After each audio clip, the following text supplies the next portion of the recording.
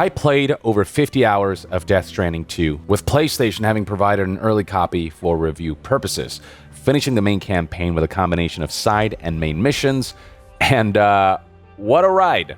This game is the most Kojima that Kojima has ever Kojima'd. The final hours of the game in particular, you're not prepared for, and that's all I'll say about that. But at its core, Death Stranding 2 is a refinement of Death Stranding 1's formula. It does everything the first game did, but bigger and better.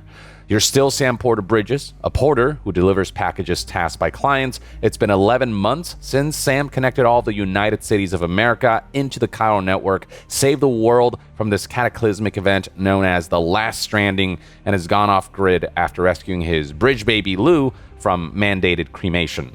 Sam is eventually found by Fragile while he's living this peaceful life with Lou.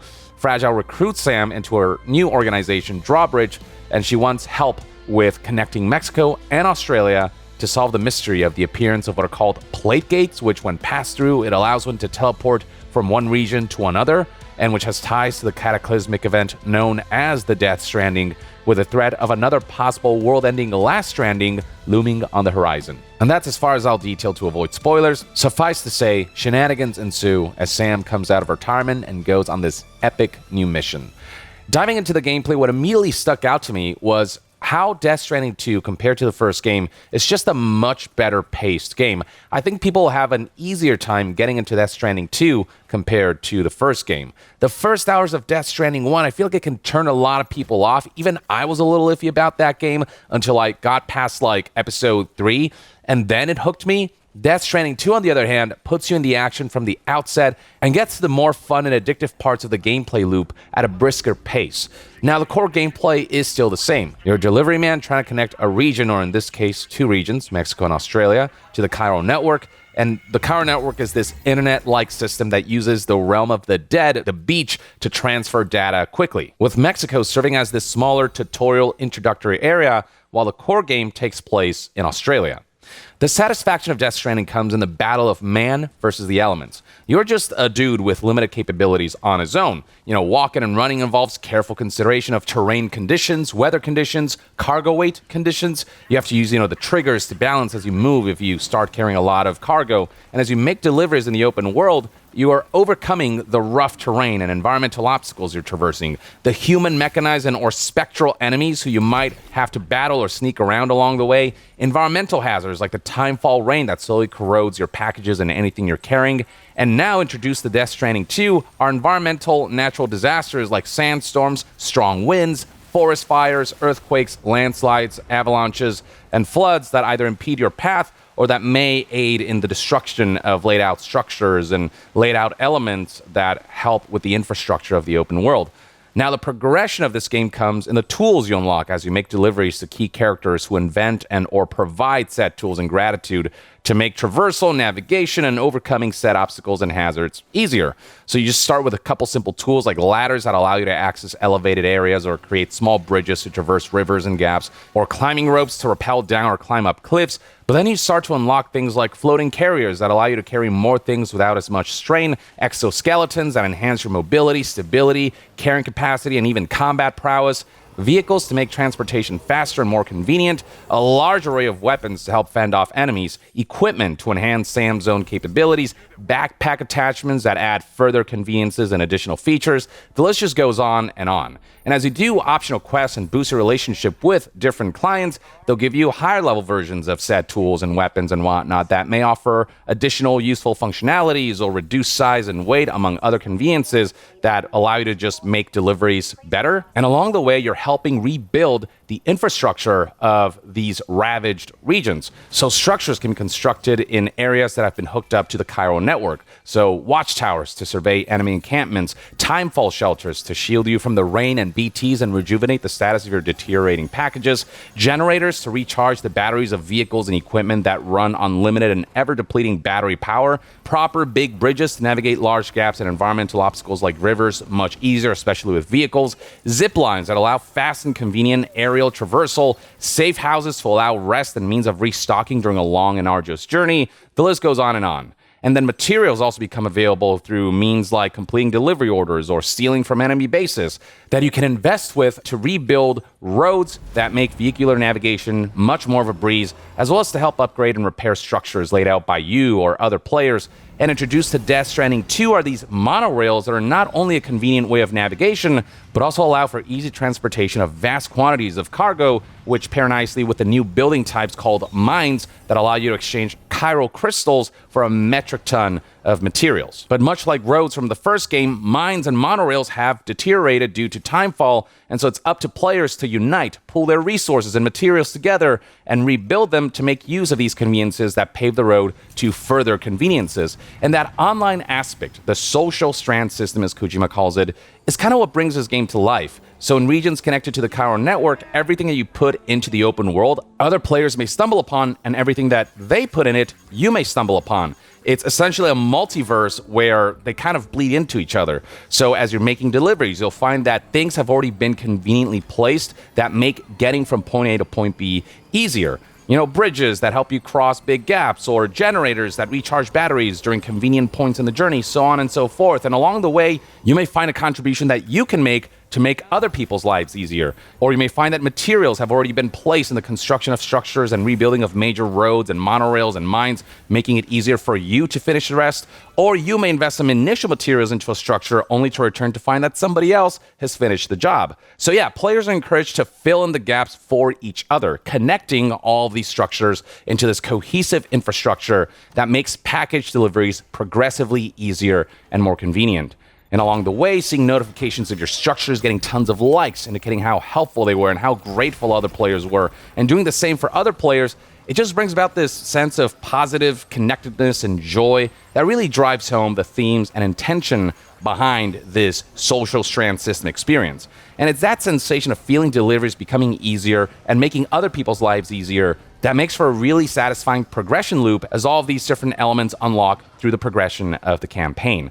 It's basically the same premise as Death Stranding 1, but again, the game is just much better paced. There's a better rhythm to how the game, its systems, and capabilities progress and flow that reduces that sense of like initial tedium that Death Stranding 1 had. And what helps keep things more varied and engaging is how much more combat has been enhanced in Death Stranding 2, and how combat just plays a larger role overall in this game.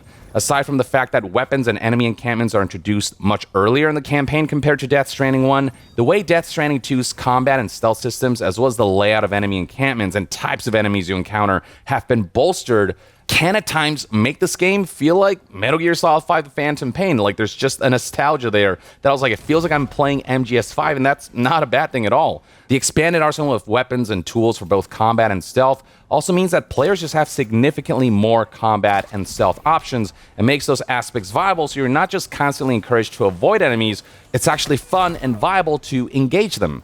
The introduction of a tranquilizer sniper rifle alone makes for a very welcome addition, but you've also got new tools like grenades that make holographic covers to sneak into or around, or you can create holograms of SAM or BTs to keep enemies distracted or in fear, or the ability to throw one of the game's new characters, Dollman, and see through his eyes to scout out an area for further awareness of your surroundings, so on and so forth. Combined with improvements to some weapons from Death Stranding 1, like the Maser Gun, for example. I found that gun to be kind of useless in the first game because it was this stream of lightning that deals damage over time, and it was hard to like keep that locked into an enemy. But in Death Stranding 2, it's a weapon that you charge up to deliver one big shot of electricity, and if you hit it just right, it automatically incapacitates enemies. So the Maser Gun is just such a significantly more useful weapon and integral to like stealth gameplay. But with the game enhancing Sam's combat capabilities, new enemy types are also introduced who make for more significant threats when encountered compared to some of the enemies you found in the first game, be it new varieties of BTs or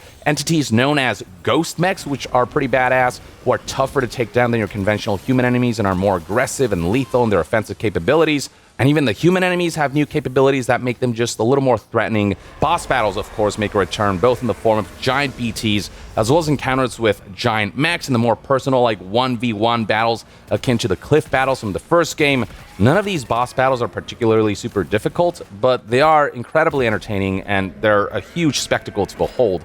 And they do lean more into that stronger focus on action gameplay with this sequel, so the action aspect of these boss battles feels even more ramped up, and it just feels better. The final boss battle in particular, again, Kojima pulls all stops and goes full Kojima, and there's some, let's just say, really memorable moments with the main antagonist, and that's all I'll say about that. But yeah, combat just feels really good in this game. Weapons feel weighty and impactful. The third-person shooter aspect feels good and works well. Again, if you've played MGS5, you'll get a sense of nostalgia. Combat feels very reminiscent of that title, and that game's gameplay was phenomenal. Vehicles also just drive much better in Death Stranding 2. In the first game, the slightest bit of a hump on the terrain could cause the vehicle to collide and bounce back. In Death Stranding 2, vehicles just drive much more smoothly, and what terrain is considered an obstacle that will collide the vehicle with, it's just a little more reasonably done. Not to mention the ability to throw grenades or shoot smaller guns while driving makes vehicular travel less of a hassle, more of a viable option, and even great for combat scenarios. Certain tools have received additional features like how 2 ladders can be connected together before deployment to double their length. There's also the addition of a new skill tree that you earn currency for as you make deliveries, where you're never locked into any one choice, so at any point you can just redistribute what skills you want to have active. And these essentially grant Sam passive abilities that improve aspects of, deliveries and carrying cargo and combat and stealth, what certain tools and equipments you carry around do in terms of certain little enhancements, so on and so forth, that allow you to shape your playstyle a little further. But then there are the more minute quality of life enhancements that contribute so significantly to the flow of the game. The UI of this game, when it comes to fabricating weapons, sorting through packages, that was one area where Death Stranding 1 felt a bit lacking in how convoluted and unintuitive at times the menus could feel. I think all of this is pretty much fixed in Death Stranding 2. Once you get used to it, it's very easy to understand and navigate through. Everything's just a lot more clearly laid out. Then there's the map and how you can create routes in Death Stranding 2 being far more intuitive compared to the first game. The map is actually 3-dimensional, so you can actually not just pan the map around, but you can also rotate and tilt, and that gives you just a better idea of the terrain, so it makes it easier to actually know what the best delivery routes are with the least rough terrain. You can actually see the terrain and the rises and falls a lot more easily. And then the route you create on the map no longer just shows up as a line on the ground. They also yield pillars of lights that make seeing the actual route in-game as you're traversing the world much easier from a distance or when, there's just less flat terrain. But the real star of UI enhancements is the new radio menu and some of the features that it offers. There's now this dedicated radio menu for packages or for cargo that allows you to manage the cargo you're carrying on the fly, and we're talking about incredible useful features. So there's one radio menu option that allows you to automatically sort the arrangement of your cargo on the fly. In Death Stranding 1, you had to go to the pause menu to do so. In Death Stranding 2, you can just pull this up very quickly and make it a seamless aspect of the gameplay. The radio menu also allows you to seamlessly and quickly drop the cargo that has been fully spent or has fully deteriorated or has in some way, shape, or form become useless. So you no longer have to pause the game and dig through your cargo in the pause menu to do that anymore. There's just this one quick access radio menu feature for that. The radio menu also allows you to drop all your cargo or take off your backpack entirely, and that one right there is godsend. I'd say one of the reasons that combat felt so discouraged in Death Stranding 1 was that it was such a pain in the butt to move around if you're carrying too much cargo, and there was no easy way to just offload all that stuff quickly, easily, and seamlessly and put it back on. But with Death Stranding 2 introducing this capability, you can quickly offload your cargo or your backpack, and that makes Sam nimble enough to appropriately engage in combat or be stealthy without, packages sticking out of the grass and whatnot, hindering your mobility, so on and so forth. You can quickly get into an ideal condition where combat and stealth are much more viable compared to Death Stranding 1. So these improvements to UI and menu and some of the new seamless cargo features, that's all a huge part of what makes Death Stranding 2 feel so much more intuitive to play. There are just less interruptions in the form of tedious menu management. The gameplay feels smoother, less disruptive. It just makes the delivery aspect, the combat aspect, and the stealth aspect all flow better with each other. Then there's a new implementation of fast travel via the DHV Magellan, a vessel that serves as essentially a mobile forward base of operations. It can essentially travel to any major points of delivery that has joined the chiral network. And what this means is that whereas in Death Stranding 1, fast travel is relegated to Fragile's beach jump, which forced you to leave all of your equipment behind, the DHV Magellan allows you to take everything with you. Fragile's beach jump is still there in the form of a new structure called a transponder. Wherever there are transponders, you can do a Fragile beach jump, but it does force you to leave all of your equipment behind. But with the DHV Magellan, there's this secondary option that essentially allows you to move from place to place very quickly with all of your equipment on you. Now, of course, there are points in the story where, like the tar currents that the Magellan travels through are unstable. It's essentially an excuse to disable this fast travel function when it's appropriate so that you're forced to make deliveries without, cheating. And even for optional side missions, you're encouraged to not make use of the Magellan too freely, because if you want to get the S rating for these missions, these side missions, and the highest score, then you have to do it without the Magellan. Otherwise, you'll get the Magellan score. But that option is there for those who just don't care about the ratings and whatnot and just want a more expedient experience. I think the option being there is nice. But even those who don't want to quote-unquote cheat and make deliveries properly, the ability to take all of your equipment with you on a mobile base of operations to the starting point of a delivery or a delivery mission, that within itself just reduces a lot of the tedium from the first game. This new fast travel system also means that, when you find lost cargo in the open world that are not like missions you have to do, but contribute towards boosting your relationship with clients if you manage to take those lost cargo to them, those are much more convenient to partake. You don't get punished for using the Magellan to transport lost cargo around, so it makes it less likely that players will ignore lost cargo and actually collect them and then use the Magellan to transport to the right location. And all these enhancements really add up to make Death Stranding 2 a far more cohesive feeling experience than Death Stranding 1, which had a really cool concept and I'd say an overall great execution, but enough design flaws that would turn a lot of people off. I think Death Stranding 2 has smoothed a lot of that out. I'm not saying that this is a revolutionary sequel. It's not like this brand new experience, but it's just a big step forward in refining that formula, making it more accessible and improving the design to remove a lot of the hassle that might turn people off to a game like this. And then you pair all of that with the serenity that comes with simply beholding the breathtaking vistas that the open world offers. Death Stranding 1 was already a beautiful game. Death Stranding 2, it looks absolutely gorgeous. It looks even better. I wouldn't say it's this generational leap in visuals, but it is a noticeably better looking game with noticeably better graphics fidelity that edges even more towards photorealism, combined with the fact that it offers, I think, a lot more visual variety through a wider array of biomes with the Australia setting. And I mean, when some of those tastefully picked licensed music kicks in as the camera pans back to show you the splendor of this world as you're doing a major delivery, that part has always been a bit hypnotic and really zen. You can't help but be mesmerized and get into this peaceful trance. This is a game that spotlights the quiet and serene moments as much as some of the more action-filled moments. And then the art direction and design language of Death Stranding is worthy of praise, in my opinion, with new mech designs like the Magellan and the Ghost mechs being highlights, alongside some truly mesmerizing visuals like some of the combat scenarios with this game's versions of the Battlefield boss fights from the first game. What it does here, it's even a step above. The cinematography is also impeccable. The cutscenes are all really well directed and shot. The core cast of actors, I think they really bring their A game and do a stellar job with the kind of insane material that they're given. And some of the shots with the supernatural aesthetic elements on display, the presentation of this game as a whole is just truly unique to this universe. There's just nothing quite that looks like Death Stranding, so I don't know. I can't help but be drawn to it.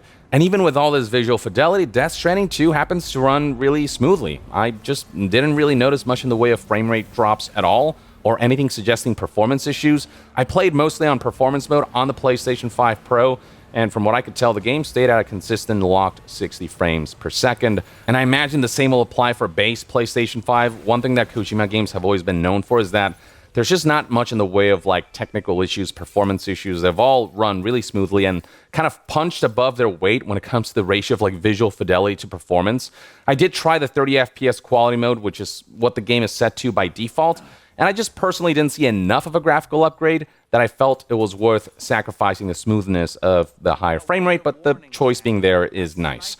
I'll say the closest thing to a performance issue that I saw is that every once in a while when I would bring up the pause menu, it would for some reason take a few seconds to load in. It happened very occasionally, but that aside, we're overall looking at a very smooth performance experience.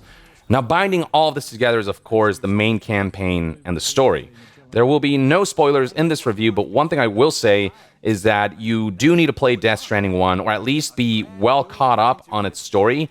This is not one of those sequels where the story can stand on its own. The events and characters of the first game are pivotal to the enjoyment and understanding of Death Stranding 2's plot developments. There is a recap of Death Stranding 1 in the main menu, but honestly, it's a really poor recap. It's so abridged that it's a pretty useless previously on. I wish they had a better version of that. At the very least, you should look up like a YouTube video compiling all the cutscenes or like a really good like rundown of Death Stranding 1's story before you engage with Death Stranding 2, in my opinion.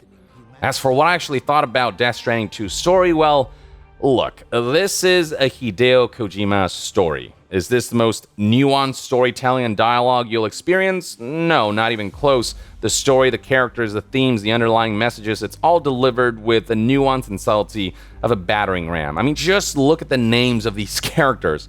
But was I entertained? Fuck yeah, I was. If you can accept Kojima's eccentricities as a storyteller, if you can just like free your mind and say, fuck it, I'm in, yeah, I think you're gonna have a good time. It's sure a bit convoluted, there's a lot of like exposition, but there's a mad genius behind all this stuff. Nobody else could come up with this stuff but Kojima. The world building is some of the most unique I've ever seen. The characters are memorable. The what the fuck moments are unlike anything I've ever seen. Kojima's sense of humor is fully intact. And underneath it all, there's actually like heart and an emotional core to the story. I personally love that Kojima makes no apologies. His unique signature as an artist is very much present here, for better or for worse, but there is an unashamed, like, sincerity to what he made here that I personally appreciate. Like, I'm all in. It might not be for everyone. It is batshit insane, some of what's in here. At times, the game feels like peak Kojima fever dream, but I don't know. I'm here for it. And all this is delivered in a package, no pun intended, that is relatively bug-free. I did encounter one audio bug that forced me to reset the game to get rid of it.